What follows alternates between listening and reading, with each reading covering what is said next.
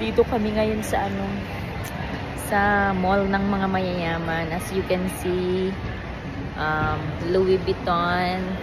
They have the Gucci.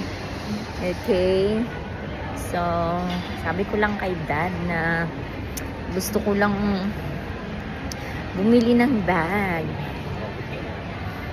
Kaya lang ngayon, dinala ako sa sa Yayamanin Mall. Char. Ayan, oh. Oh. Diba? Pang mayaman. Iba talaga pagka nepo baby ka. Kasi si Dad, ayaw niya na bubili ako ng mga hindi mamahaling gamit. Okay, so doon, ayan, Fendi. Okay, Tiffany and Company. Okay.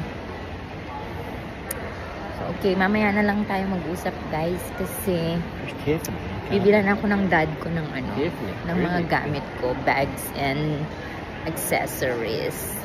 Iba talaga pag nepo baby ka. Kasi marami talagang project si Dad. Bye!